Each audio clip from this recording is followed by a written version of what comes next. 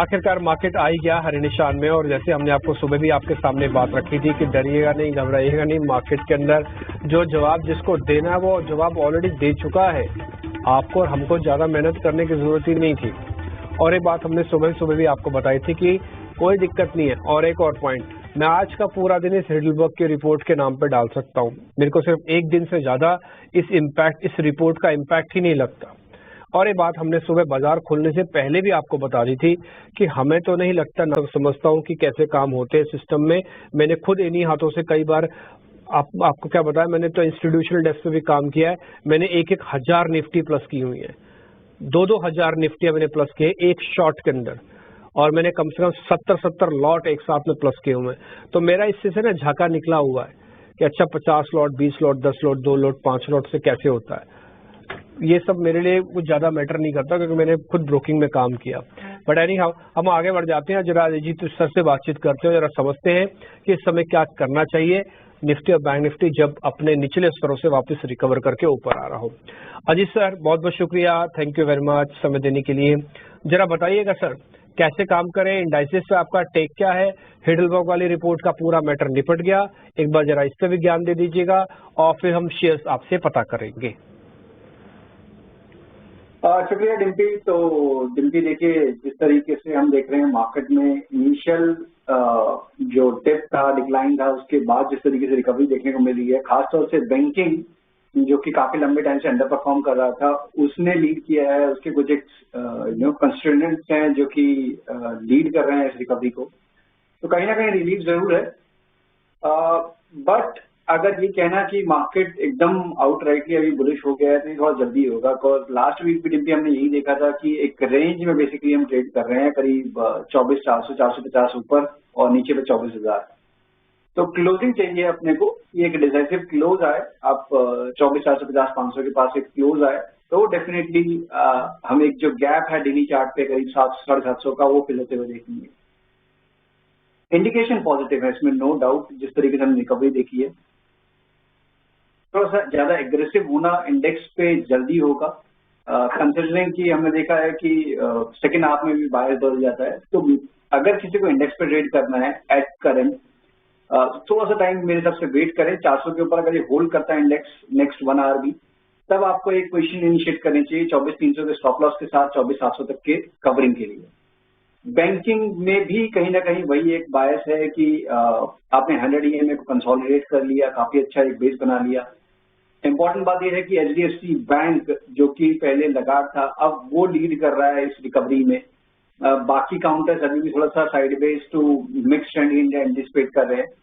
तो यहाँ पे मुझे लगता है थोड़ा सा वेट करना चाहिए जब तक कि आप 50-850 के ऊपर क्लोज नहीं करते हैं तब तक। तो अमंग दीज टू मेरे हिसाब से निफ्टी को अगर आप देखेंगे कुछ टाइम तक अगर स्टिंग कर 400 को, तो डेफिनेटली एक रिकवरी के लिए 700 तक की रिकवरी के लिए प्ले कर सकते हैं विद 300 एज ए स्टॉक। ठीक है डन सर। तो निफ्टी बैंक निफ्टी पे आपका मोटा मोटी एक एनालिसिस हो गया। निफ्टी आपको 24,700 तक का टारगेट हो, 650 से 700 तक का टारगेट है। नियर बाय का स्टॉप लॉस है 24,300 का। सर कोई ऑप्शंस का ट्रेड देना चाहते हो जब आप बुलिश हो तो? कोई भी ऑप्शन निफ्टी पे और बैंक निफ्टी पे?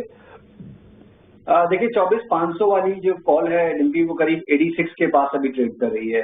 तो मुझे लगता है कि इसके थ्रू ही प्ले करना ज्यादा बेटर होगा अगर किसी को अभी अटेम्प्ट करना है। बिकॉज हमने इसे बात की कि सेकंड हाफ में शायद कहीं बायस चेंज ना हो जाए। 400 के ऊपर अपने को क्लोज चाहिए, एक डिसाइसिव क्लोज। तो यहाँ पे आप लॉन्ग कर सकते हैं 86 की जो ऑप्शन है 24,500 वाली, उसको आप 30 के स्टॉप लॉस के साथ करीब 225-250 तक के पोजीशन टारगेट्स के लिए बाय करके ले जा सकते हैं।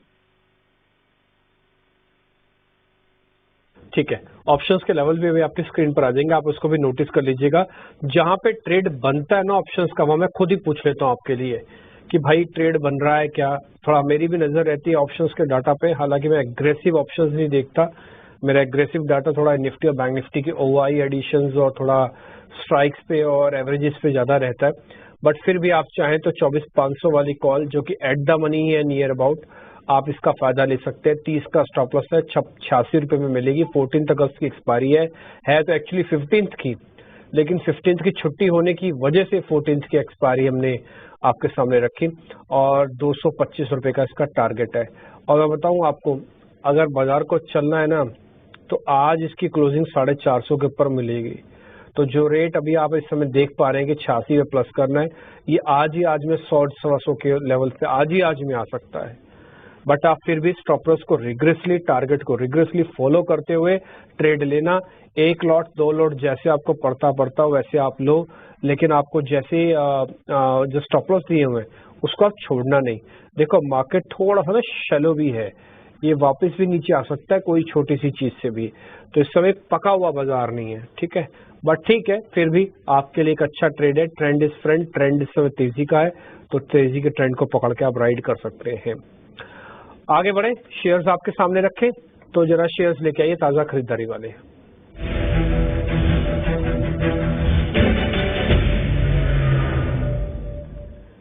आज का शेयर है पिरामिल एंटरप्राइजेस। अगर आपको ध्यान है, हमने ब्रेकआउट में कुछ दिन पहले पिरामिल एंटरप्राइजेस के बारे में जिक्र किया था और आपसे कहा था इस शेयर को आप होल्ड करके बैठो। आप इसमें जल्दी प्रॉफिट नहीं कमाओगे, बट धीरे धीरे करके आपको अच्छा प्रॉफिट इसके अंदर से मिलेगा। आप इसको होल्ड करो, ये पूरा का पूरा बेस ही बदल रहा है अपना, 1000 के ऊपर आते ही ये और स्ट्रांग हो जाता है। अभी 1001 का लेवल आपको दिख रहा है पिरामिल एंटरप्राइजेस पे। दूसरा शेयर है ग्लेनमार्क का, तो इस पे भी आप ध्यान रखिएगा। सुबह भी हमने आपको इसका ओवाई एडिशन से बताया था कि इसके अंदर आज बढ़िया लॉन्ग पोजीशंस बनी है। सर एक बार जरा दोनों शेयर्स चेक कर लेना, ग्लेन और पीईएल। बिल्कुल नहीं, देखिए तो पिरामिड एंटरप्राइज जैसे कि आप बता भी रहे थे कि एक ट्रेंड रिवर्सल, तो एक्चुअली में एक ट्रेंड रिवर्सल है जो कि 2021 अक्टूबर में हाई को अगर आप सितंबर 23 के जो हाई को उसको अगर आप ज्वाइन करेंगे तो एक ट्रेंड लाइन बनती है वीकली चार्ट पे, जिसका ब्रेकआउट हुआ था हाल फिलहाल में, और इसका एक रीटेस्ट हुआ है लास्ट वीक, और अब दोबारा से हम देख रहे हैं कि उसको रीटेस्ट के बाद एक दोबारा से रिकवरी देखने को मिल रही है। तो कहीं ना कहीं यही चीज को कंफर्म कर रहा है कि जो 950 का जो बेस बना है अब वो डेफिनेटली होल्ड होना चाहिए अगर इस स्टॉक को रिवर्सल को कंटिन्यू करना है और ऊपर जाना है। तो मेरे हिसाब से 950 आपका क्लोजिंग स्टॉप लॉस रहेगा, और ऊपर पे करीब 1130 ये आपका एक पोजिशनल टारगेट है। तो डेफिनेटली यहाँ पे आप लॉन्ग के लिए देख सकते हैं 950 के स्टॉप लॉस के साथ। वहीं पे ग्लेनमार्क देखिए, हमारी आज की बाय रिकमेंडेशन भी है ग्लेनमार्क। काफी टाइट रेंज में बेसिकली ये स्टॉक ट्रेड कर रहा था अपने रिकॉर्ड हाइस के पास, और वहां से आज एक ब्रेकआउट देखने को मिला है। स्टॉक करीब 1500 के पास है, तो हमारी भी एंटिसिपेशन यही है कि करीब 1560 तक के लेवल्स आपको आज के सेशन में या कल के सेशन में फर्स्ट हाफ में देखने को मिल सकते हैं। तो 1470 के स्टॉप लॉस के साथ ग्लेनमार्क को भी लॉन्ग करने की रिकमेंडेशन होगी। ओके ठीक है, ग्लेनमार्क को भी रिकमेंडेशन तो ऑलरेडी आपके पास भी है, हमारे पास तो थी ही ग्लेनमार्क, हमने आपसे पता कर ही लिया। दूसरा आप कह रहे हैं कि पिरामिल एंटरप्राइजेस बढ़िया चल सकता है, 1100 प्लस की लिस्ट में जाएगा, तो 1120 आपका टारगेट हो गया, 950 आपका स्टॉप हो गया। तो ये पिरामिल एंटरप्राइजेस, और साथ ही साथ आपका ये ट्रेड अच्छे से आपने नोटिस कर लिया होगा। खैर हम थोड़ा और आगे बढ़ जाते हैं। 2 शेयर और हैं शॉर्ट कवरिंग के, और जिस सर जरा उसको भी चेक कीजिएगा। एक तो एक IT कंपनी इन्फोसिस, दूसरा एक बड़ा दिग्गज 1600 नहीं ब्रेक करने वाला, उसका नाम है HDFC बैंक, आज 1667 है, और साथ ही साथ इसमें फंडामेंटल न्यूज है कि इसकी रीबैलेंसिंग का भी कल शायद इम्पैक्ट पूरा हो जाएगा। तो आपके जरा टेक चाहिए सर इन्फोसिस पे और HDFC बैंक पे। बिल्कुल इनमें देखिए, मैं भी यही देख रहा था कि आज IT में थोड़ा सा मिक्स ट्रेंड है, जहाँ पे कि इन्फोसिस रिकवरी दिखा रहा है, वहीं पे HCL टेक, TCS थोड़ा साइडलाइंस पे थे। अच्छी बात यह है कि आज ने बड़ी EMA को रिक्लेम करने की कोशिश की है इन्फोसिस ने। क्लोज कहाँ होता है ये इम्पोर्टेंट रहेगा, और अगर आप कोई भी फ्रेश ट्रेड इसमें निश्चित करते हैं, ज्यादा बड़ा स्टॉप लॉस रखने की जरूरत नहीं है, बिकॉज अगर आपको इस रिकवरी को स्ट्रेंथन करना है तो 1760-65 का जोन है, इसको ये होल्ड करना चाहिए करीब 30-35 पॉइंट नीचे, और वहीं पे ऊपर पे दोबारा से आपको 1860-1880 तक के लेवल्स पॉसिबली आपको देखने को मिल सकते हैं। तो रिस्क टू रिवॉर्ड यहाँ फेवरेबल है। 1765 के साथ स्टॉप के साथ आप 1850 के एक इमीडिएट टारगेट के लिए इन्फोसिस को लॉन्ग करके लेके जा सकते हैं। HDFC बैंक एक डिस्क्लोजर, ये हमने अपने क्लाइंट्स को भी रिकमेंड किया है आज, और मेरा भी यही मानना है कि अगर बैंकिंग में देखिए रिकवरी आएगी और 50,850 का जो हम लेवल क्रॉस करने की बात कर रहे हैं, जिसके बाद एक रिकवरी देखने को मिलेगी, तो उसमें HDFC का काफी बड़ा रोल हो सकता है। तो 1720 तक के टारगेट से हमने अपने क्लाइंट्स को रिकमेंड किए हैं 1630 के स्टॉप लॉस के साथ। ठीक है डन सर। तो दोनों के दोनों पे आपने अपनी राय दे दी है, इन्फोसिस पे भी, एचडीएफसी पे भी। इससे पहले हमने आपके सामने रिकमेंडेशन रखी ग्लेन पे, जो सर की खुद की अपनी स्टडी से भी उन्होंने निकाला। पिरामिड एंटरप्राइज पे 1120 तक के टारगेट हैं। तेजी का सेगमेंट हम यहाँ पे खत्म कर रहे हैं। देखिए इस शो की खूबसूरती में आपको बताऊँ क्या है, हमने आपको वही शेयर बताते हैं छाट छूट के। इसका एक बेस्ट एग्जाम्पल बताता हूँ। ट्रेंड इसका बेस्ट एग्जांपल है। 2 दिन पहले इसी कार्यक्रम में 12 बजे में हमने चर्चा की थी, 8% का हमने आपको रिपोर्ट कार्ड दिखाया। जुबलेंट फूड वर्क आपको दिखाया था हमने। आज एक मिनट जरा जुबलेंट फूड वर्क दिखाना। और देखो बहुत पुरानी बात नहीं बता रहा, कल परसों की बात होगी। जुबलेंट फूड वर्क किसी न किसी की लिस्ट में था, या तो हमने आपको ब्रेकआउट पे दिखाया होगा, मेरे को अच्छे से याद है। आज आप जुबलेंट फूड वर्क को देख लो, करीब 800 रुपये हो गए। 650 तक का हमारा टारगेट था, एग्जैक्टली 645 पे आके इस समय कामकाज कर रहा है। और ये 7 डेज का चार्ट आप देख लो, ये जो 7% चला है, इस 7 दिन में 7% चला है, यानी इससे पहले नहीं चला, ये आज ही चला है। तो इससे पहले तो बताया ही गया होगा ना, अगर इससे पहले चला नहीं तो इससे पहले बताया गया होगा, तो जो बता दिया उसके बाद चल गया।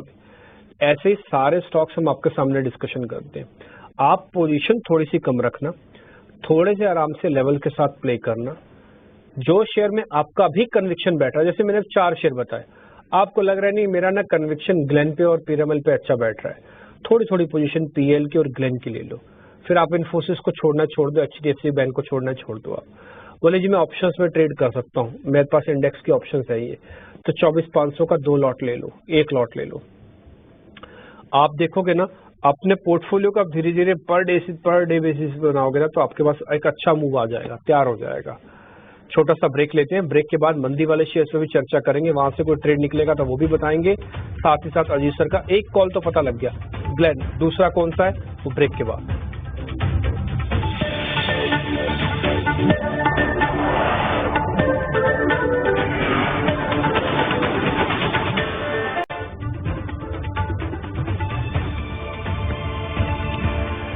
ब्रेक पर फिर आपका स्वागत है। अब जरा मंदी वाले शेयर्स की चर्चा कर लें, अगर कोई ट्रेड वहां से बनता है तो वहां से भी चेक कर लीजिएगा। आइए देखते हैं मंदी वाले शेयर आज।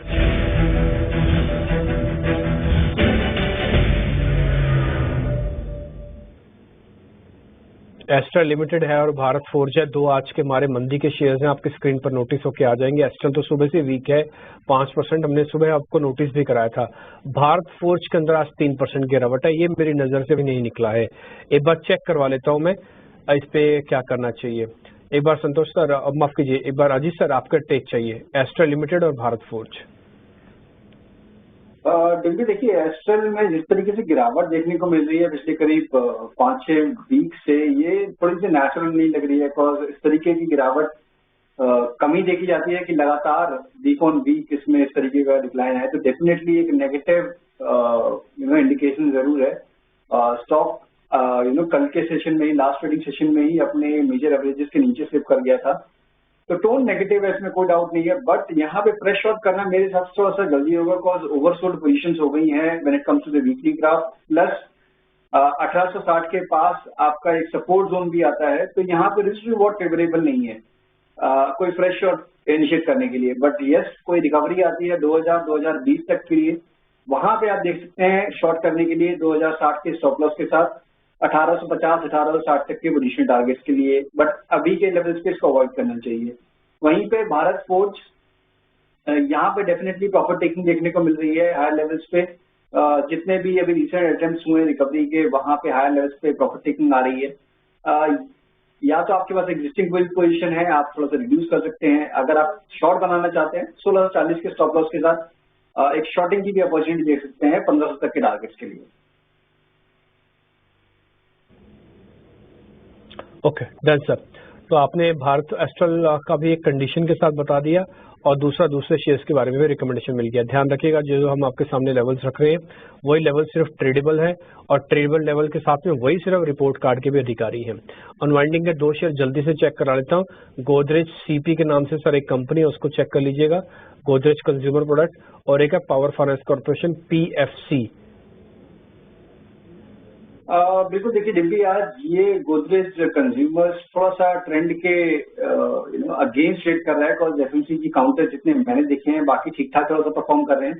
तो यहाँ पे डेफिनेटली एक प्रॉफिट टेकिंग का बायस हावी हुआ है। स्टॉक अपने इमीडिएट सपोर्ट करीब 1420 के अराउंड का सपोर्ट था, उसको ब्रेक कर चुका है। तो यहाँ पे शॉर्टिंग तो नहीं, बट यस अगर आपने कोई एग्जिस्टिंग पोजीशन है प्रॉफिट बुक जरूर करना चाहिए और ग्रेजुअली ये 1350 1360 तक के जोन तक ड्रिफ्ट कर सकता है।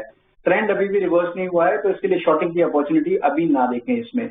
वहीं पे पीएफसी इसमें थोड़ा सा मुझे लगता है कि एक टाइट रेंज में बेसिकली ये ट्रेड कर रहा है और थोड़ा सा प्रेशर नहीं देखने को मिल रहा है, जैसे कि आज इंट्राडे में भी इसने आप डिप देखा उसके बाद एक रिकवरी का टोन है।